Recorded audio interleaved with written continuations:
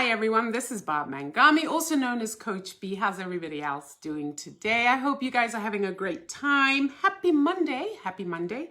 I thought I would just come on today and talk a little bit about empaths, right? And being able to identify whether you're an empath is really important. So what is an empath?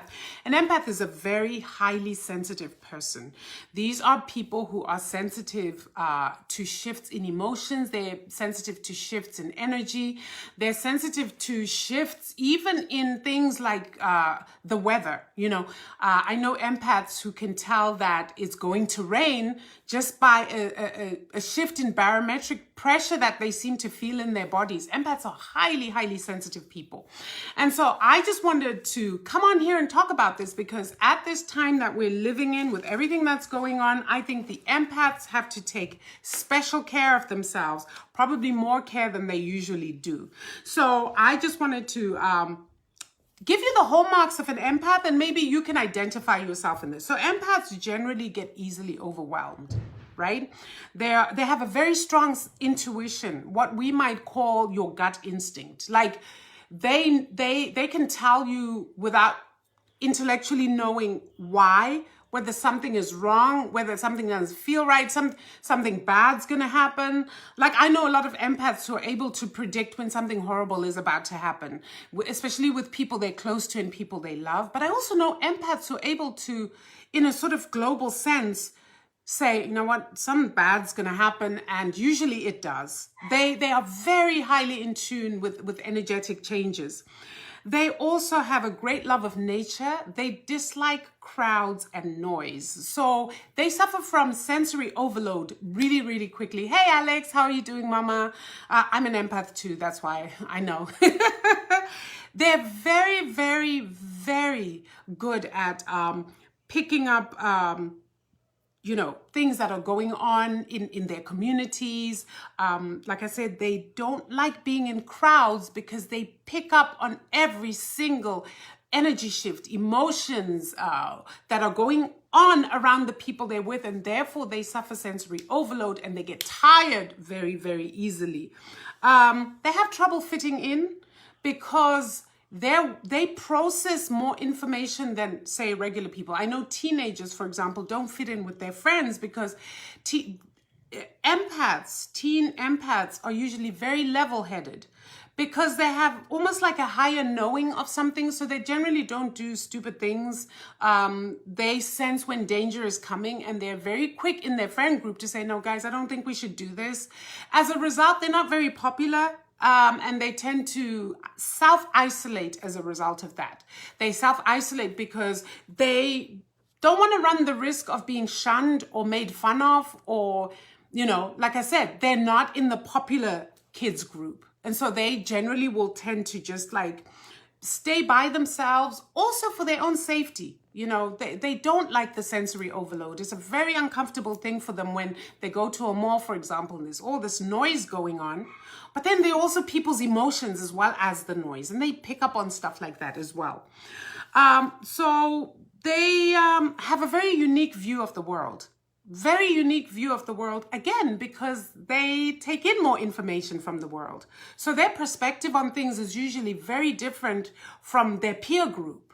So you'll find that a lot of empaths, especially teenagers, will hang out with people who are older than them because they have this almost like old soul. Why do we call them old souls?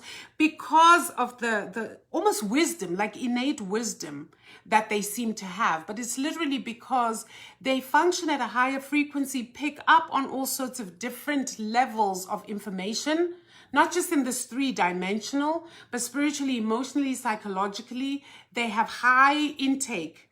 And so they have a unique way of responding or giving solutions to problems, which is really valuable. It's a great gift to have. So if you are a person who is an empath, understand that you don't have a problem, you have a gift. Please understand that.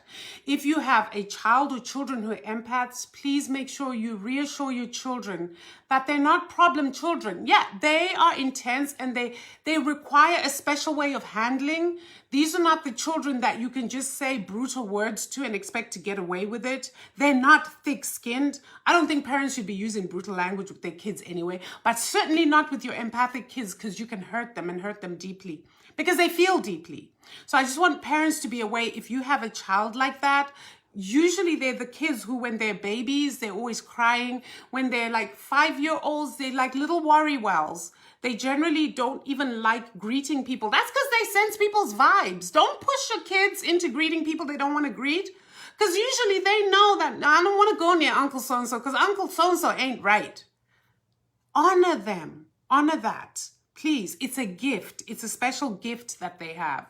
And when they are misunderstood and when they are not taken care of appropriately, it really can damage them. So please keep that in mind.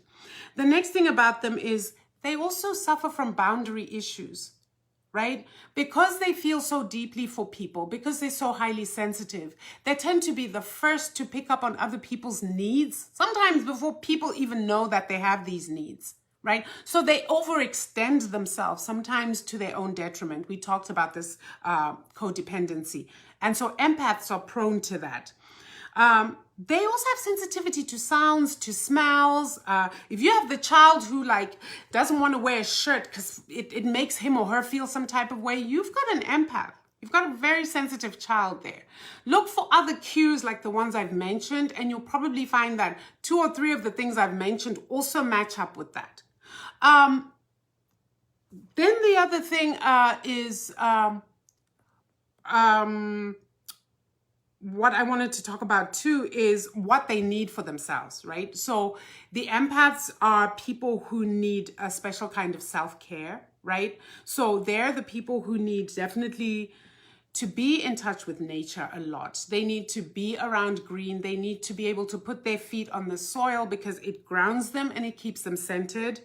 They need quiet time a lot. Honor the fact that they don't want to play with people all the time, especially if you have children. Let them have their quiet time. Let them have their peaceful time. They need that. The other thing is help them set boundaries. If you don't know how to help them, get them a professional who can help them set boundaries and enforce those boundaries so that they're not overextending themselves, so that they're able to take care of themselves. They enjoy good nutrition is important for them because kids especially, kids with a lot of additives, the processed foods cause that hyperstimulation that makes them even more sort of hypersensitive, and it just makes life more difficult for them. So concentrate on whole food nutrition, lots of green vegetables, lots of fruits, and exercise is really important for them. Exercise in the outdoors where they get to move their body and move and cycle energy through their systems. They also need to surround themselves with really good people. They need to surround themselves with people who are supportive of them and not necessarily people who want to leech and take out from them. So if you're one of these people and you recognize any of the things that I've said here, please be aware and please be very careful that you take good care of yourself as an empath, right? Honor that gift because it's a very important gift. Lots of societies don't realize that this is actually a form of giftedness. And so they make it a problem. And I want you to understand it's not a problem. It is a gift. Your ability to sense things, your ability to feel things is actually much needed because many people are just bulldozing their way through life without figuring out that there are other dimensions out there that if you're not an empath, you're not going to pick up on. And so you're not going to be able to process all the information before you make decisions.